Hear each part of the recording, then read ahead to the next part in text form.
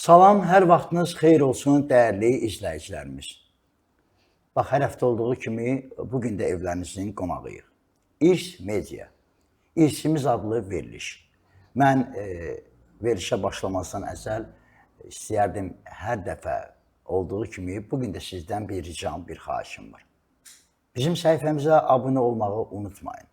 Bizə mənəvi dəstək olun ki, biz də xidmətinizdə olaq. Hər həftə verilişimizdə bir-birindən fərqli qonaqlarımız olur, mövzularımız fərqli olur. Bugün də studiyamızın çox dəyərli qonağı var. Azərbaycanımızın sevimlisi, gənc olmasına baxmayaraq dəyərli ziyalımız, həkimimiz və eyni təqdirdə psixoloqumuz Pərviz Niyazoğludur. Pərviz, xoş gəlmişsin. Təşəkkür edirəm hacım. Mən də sizi və tamaşaçılarımızı salamlayıram və veriliş üçün, dəvətiniz üçün də sizə təşəkkürlər bildirirəm. Çox sağ olun dəvətimizi qəbul etdiyiniz üçün.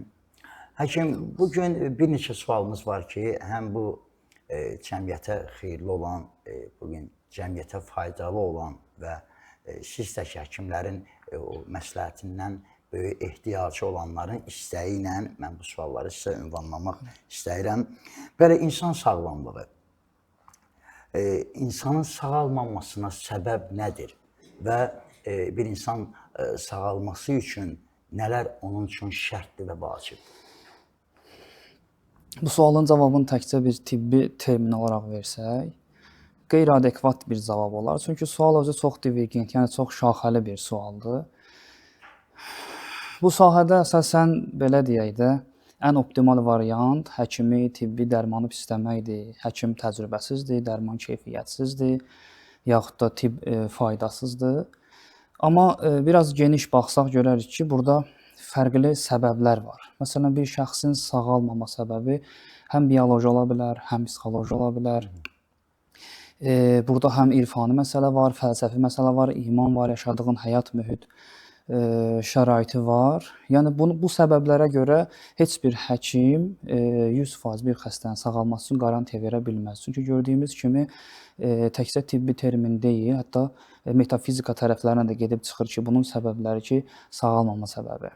Və sağalmama səbəblərindən biri acı həqiqət də olsa bunu məsələn biz deməliyik ki, bəzən insanın ki, Allah hərəyə bir ömür yazıb, bu ömrün bitməsi ilə bağlıdır. Həmən xəstəlik sanki o bədəni yetişdirir, ölüm üçün hazırlayır. Burada artıq heç bir qüvvə orada rol oynaya bilməz. İkinci məsələ biz bunu qeyd edə bilərik ki, farmakoloji individuallıq, tibbdə buna farmakoloji individuallıq cavab fərdliliyi deyilir. Yəni bəzi bitkilər var, bəzi dərmanlar var ki, hər bir şəxs üçün nəzərdə tutulmayıb. Bunlar məsələn mizaca uyğun, təbiətə uyğun təqdim olunur deyə. Məsələn, adaptogen dərmanlar var, bitkilər var ki, biz bir şəxsə veririk, enerji verir. Digər şəxsə veririk, təzyiqini qalxızır. Burada artıq bitkinin naqisliyi deyil, qarşı tərəfin individual olaraq bədən fərqliliyidir. Məsələn, 2 olaraq bunu qeyd etsək, 3 olaraq da qeyd edə bilərik günah mövzusunu. Məsələn, klassik irfan məktəbləri bizə deyir ki, günah ruhu zəiflədir və ruh zəiflədikdə iradə zəifləyir. İradə zəiflədikdə həyat tərzi pozulur. Həyat tərzi pozulduqda isə nə olur? Bədən xəstələnir. Yəni, sanki bir-birinə zəncirvari bağlanan mövzulardır. Məsələn, insan günah edəndə vicdan əzabı çəkir. Vicdan əzabı insanda kortizol, yəni stres hormonlarının balansını pozur və bədəndə müəyyən narahatçılıqlar yaranır. Amma əfsuslar olsun ki, bunu hər bir pasiyent, hər bir xəstəyə demək olmur. Qarşı tərəfdə əyləşib görürsən ki, bunun müəyyən gedişatları artıq bunun mənəvi halına bağlıdır. Amma onu orada hər bir kəsə demək olmur ki, sənin bəlkə xəstəliyin səbəbi bioloji deyil, artıq mənəvi yaşadığın həyat tərzidir. 4 olaraq məsələn qeyd edə bilərik ki, bunu biz mistik ənənələrdə də bizə göstərilir ki, imtahan mövzusu. Məsələn, bəzən xəstəlik verilir ki, günahları bağışlansın, bir növ günahların kəffarəsi kimi bir növ səhvlərini başa düşmək üçün. Məsələn, belə bir söz var, deyir, qiyamət günü Allah hər bir kəsi yığacaq bir səhnəyə və deyəcək, həkimlərə 2 bərabər cəza verin. Həkimlərə 2 bərabər cəza verin. Həkimlər təəccüb edəcək ki, axı biz insanlara fayda verirdik, onların ağrısını, acısını götürürdük, şəfa verirdik, onlar bizə dua edirdilər. Nə üçün biz yaxşı işlə məşğul olduğumuz halda 2 bərabər cəza? Deyir, Allahdan nida gələcək ki, mən insanların təbiət qanunlarını pozduğuna görə onlara cəza verirdim ki, öz səhvlərini başa düşsünlər. Sizsə onu öz səhvlərini başa düşməkliyə mane olurdunuz onları sağaltmaqla. Yəni belə bir yanaşmalar da mövcuddur. 5 olaraq məsələn biz qeyd edə bilərik inam məsələsi. İnam məsələsi məsələn burada plasebo effekti deyilir. Yəni inamın şəfaya qoyduğu təsir. Bunu da belə izah edə bilərik ki, məsələn bir şəxs bir dərmanı götürür, deyir, görəsən bunun mənə faydası olacaq yoxsa yox və inşallah ki, faydası olar və yaxud da bu olmasa başqa tibbə gedərəm. Artıq bu şək, şübhə enerjinin 50%-ni qoyur kənara. Şuuraltı olaraq sənə ötürülür ki, sənin başqa alternativ variantların var və yaxud da ki, sağalmamaq şansın var. Belə olan halda artıq belə deyək, bu şübhə, bu hal səndə belə deyək, simpatik sinir sistemini aktiv saxlayır və bədən rahatlaşmır. Ona görə parasimpatik faza aktivləşmədiyi üçün insan sağalma prosesi məsələn xeyli ləngiyə bilər. Məsələn belə mövzular da var. Məsələn sonra belə bir məsələn 6 olaraq bunu qeyd edə bilərik ki, bir şəxsin haqlı olaraq kiməsə etdiyi bəddua. Məsələn, bir şəxs birinə zülm edib, birinin haqqına girib və bu şəxsin də gecə-gündüz əli göydədir, bu şəxs üçün lənət oxuyur, bəddua eləyir. Burada da təbii ki, əlbəttə təsir var. Çünki bəli, biz bunun isbatını enerji qanunu ilə isbat edirik. Və yaxud da bir şəxsə sehr olunub, cadı oldu, məsələn, tilsim olunub. Bunlar hamısı enerji qanunu olaraq, buna hətta fizikada da bunun isbatı var. Mənfi və müsbət enerjilər var da həyatda. Bəziləri insanın öz ixtiyarındadır, bəzilərinin öz məsələn biz bədnəzər dediyimiz mövzular ki var.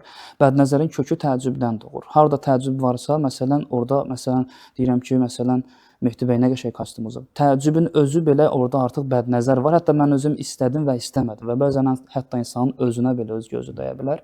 Yəni burada artıq həmən mənfi enerjidir ki, orada bir növ məndə yoxdur, onda var və yaxud həsəd və s. və ilaxır. Bu da enerji kimi ötürülə bilir. Burada məsələn həmən bəddualarda ola bilər ki, qarşı tərəfin digər bir şəxs tərəfindən artıq narahatçılıq yaranıb, ondan halallaşmalıdır. Ondan müəyyən məsələn situasiyalar yaşanıbsa, onları qaydasına qoymalıdır ki, tibbi baxımından da faydası olsun. Artıq burada tibb o qədər də rol oynamır. Və 7 məsələn bunu qeyd edə bilər ki, sadə məsuliyyətsizlik. Sadə məsuliyyətsiz insan pərhiz diqqət etmir, yuxusunun vaxtında yatmır, vaxtında durmur, dərmanlarına vaxtı-vaxtında riayət etmir. Bu da məsələn sağalmamağın bir şərti kimi götürmək olar. Məsələn 8 bunu qeyd edə bilərik ki, bu artıq psixoloji bir mövzudur ki, burada insan öz xəstəliyindən gizli mənfəət güdür. Məsələn xəstədir, müvəqqəti olaraq işdən azadlanmaya haqqını alır. Məsələn, xəstədir, buna evdə daha çox diqqət göstərirlər. Xəstədir, dostlar daha çox ehtiram edir, daha çox məsələn, ola bilər maddi yardım edə bilər. Yəni artıq bunda bir vərdiş hal olub ki, bu cür yəni insanların bəli və şuurlu şəkildə bunu bilmir. Şuurlu şəkildə sağalmaq istəyir, amma şuuraltında bu var deyə, şuuraltı onu sağalmağını ləngidir bu forma. Çünki şuuraltı orada mənfəət güdür deyə. Bəli, bunlar yəni bu qədər hesab edirəm ki, kifayət edər. Bunları təhlil etsə hər birinin üzərində görərik ki, bizim sağalmama səbəblərimiz nədir? Hər dəfə dərmanı, həkimi müqəssir bilmək yanlış hesab edirəm mən bunları. Həkim, bax, bəzən belə bir deyim var ki, insanın xəstəliyi onun kəffarəsidir. Bəli. Belə bir, mən səhv eləmirəmsə, belə bir hədis də var ki, insanın yəni bu Allah tərəfindən ona verilən belə bir rəhmətmi deyək. Bəli. Bəlkə insan var ki, bəzən xəstəliyinə razılaşa bilmir. Bəzən görürsən insanın cismində elə bir xəstəlik, yəni bu son dövrlərdə baş verən, yəni olan xəstəliklər ki var, görürsən sağalmaz xəstəliklər ki var. Yəni bəzən insanlar bu ilə razılaşa bilmirlər. Bir qism insanlar.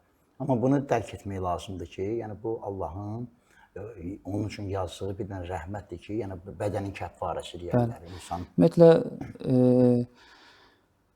ağrı deyir dözülməz deyil. Mənasız ağrı dözülməz. İnsan o ağrının mənasını bilsə ki, bu məndə nə üçündür və hansı kamilləşməyim üçündür və ya hansı səhvlərim üçündür, hansı situasiyalar yaşamışamsa öz başıma gələn hadisələr üçün ki, orada artıq nəticə çıxaracaq və nəticəli ağrıda insana fayda verəcək əslində. Pərviz bəy, bax, belə bir sual. Bugün xəstəliyimiz, yəni bu qidalardandırmı, yoxsa insanın həyat tərzindəndir, yaşadığı həyat tərzindəndir? Ən çoxu hardandır? Hər birinin əlbəttə insana təsiri var, amma hətta geyimlərimizin belə sintetik geyimlərimizin ki, günəşdən olan radiasiyaların bizə ötürülməsində böyük mənfi təsirləri var.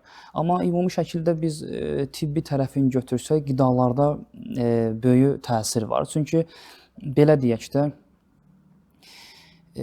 məsələn, hər bir artıq bunu epigenetika da təsdiqləyib, müasir tibb də təsdiqləyib ki, insan 50% valideynin genini daşıyır. 50% valideynin genini daşıyır. Digər 50% isə insan öz sərbəst ixtiyarındadır. Bu həyatı yaşadığımız həyat da hansı 50-liyin üzərində yaşayacaqsa, o bizim öz ixtiyarımızdadır. Ona görə qida məsələsi burada, məsələn, mən təhqiqat aparırdım arılar üzərində. Bir ana arı təqribən 3 ildən 5 ilə qədər yaxşı bəslənsə, hətta 7 ilə qədər yaşaya bilir. Yaşaya bilir. Bəli.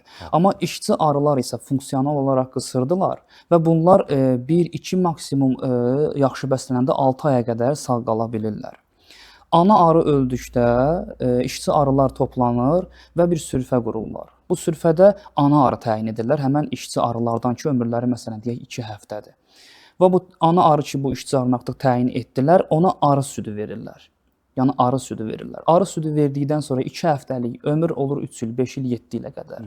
Yəni bir qidalanma, bir arı südünün sadəcə qidalanması 2 həftədən 5 ilə qədər ömrü uzadır. Yəni burada da biz onu görürük ki, artıq qidalanmaqda böyük bir insan orqanizminə təsir var. Hətta maraqlısı burasındadır ki, arı südünü belə həmən bitkilərdən, çiçəklərdən yığırlar ki, biz də onu insanların şəfa tapması üçün xərcləyirik. Təşəkkür edirəm. Pərviz bəy, daha bir sualım var ki, bax, hardasa təqribən bir 20-30 il bundan öncəyə qədər ki, o həyat tərzinə nəzər salanda insanlar uzun ömürlü olurdu. Bax, uzun ömürlü, misal üçün 80, 85, 90, 95, 100, bəzən 100-dən də çox yaşayanlar var idi. Bax, tibbi baxımda uzun ömürlüyün sirri nədir? Burada fərqli yanaşmalar var, amma əsas məsələlərdən və son araşdırmalar göstərir ki, uzunömürlüyün sirri deməli, bizim xromosomlarımızın uclarında telomerlər yerləşir. Telomerlər insanın DNT-lərinin parçalanıb aşınmasından qoruyur. Və hər dəfə hər bir hüceyrə parçalananda həmən telomerlərin ömrü qısalır. Telomerlər isə belə bənzətmə verək, sanki ayaqqabı bağında olan kiçik plastiklərdir. O formada bir şeydir və hər dəfə hüceyrə parçalananda telomerlər kiçilməyə başlayır və telomer bitdikdə insan ömrü bitir. İnsan dünyaya göz açanda telomerlər yeyilməyə başlayır, belə deyək, bitdikdə isə insanın ömrü bitir. Sanki bir növ, belə deyək də, bioloji ruh rolunu oynayır. Və alimlər araşdırıblar ki, bu telomerlərin ömrünü nə uzada bilər? Bir növ qanda, orqanizmdə tıxac rolunu yaradır bu ki, ömrü uzadır. Alimlər araşdırıblar və Kaliforniyada, Ağdağlarda, Kaliforniyanın Ağdağlarında belə bir şam ağacı tapıblar ki, ömrü 5000 ildən də bəlkə çoxdur. Və hətta Misir piramidalarından da əvvəl bu ağac canlıdır, yaşıldır, təravətlidir və eyni formada da yaşayır. Baxıblar ki, bunun telomerlərinin ki, necə ki, insanlarda var, bu bitkilərdə də eyni formada dəyərləndirilir. Nədir bunun səbəbi? Görüblər ki, bunda antioksidantlar yüksəkdir. Yəni, bədənin oksidləşməyə qarşı olan, əleyhinə olan bir maddədir ki, məsələn, görürük ki, orta yaş keçən insanların baxır üzlərində, əllərində, məsələn, qəhvəyi rəngli ləkələr əmələ gəlir. Məsələn, yaşlı insanlara daha çox olur üzlərində, bədənlərində, qollarında.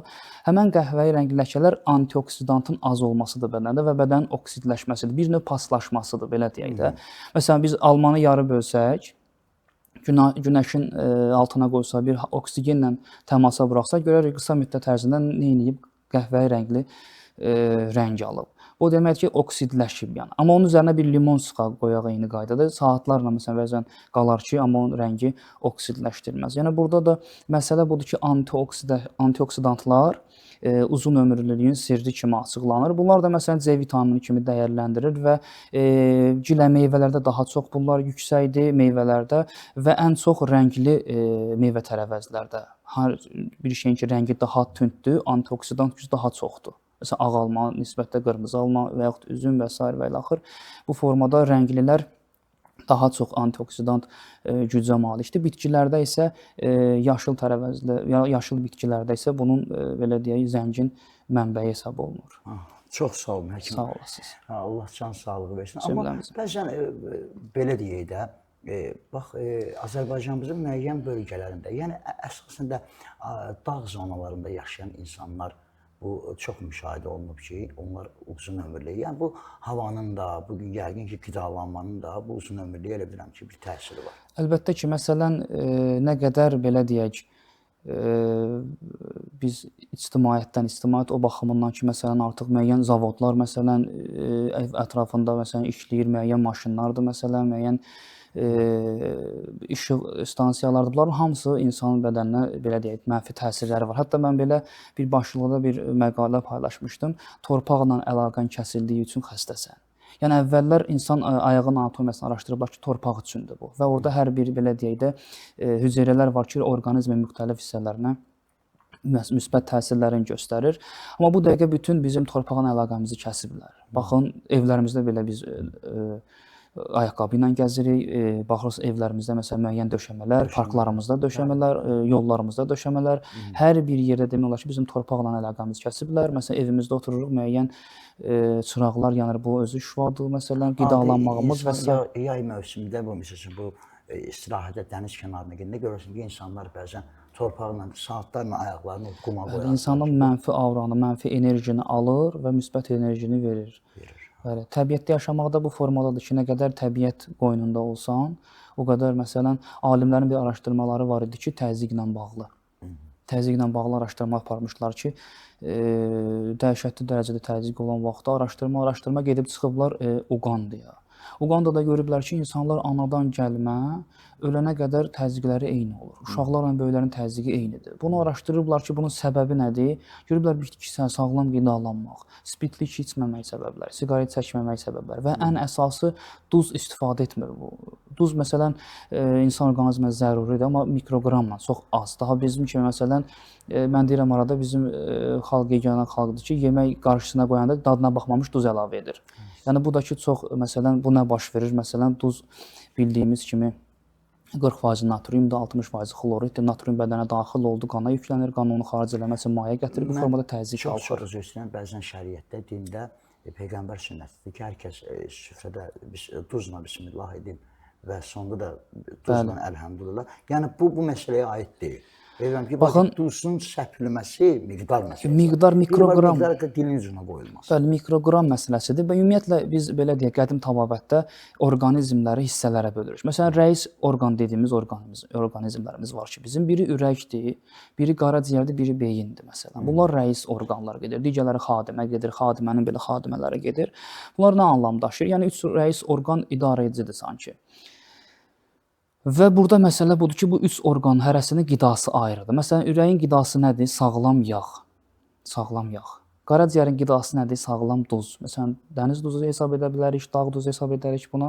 Beynin qidası nədir? Məsələn, beynin 75% sudan ibarətdir. Sağlam su.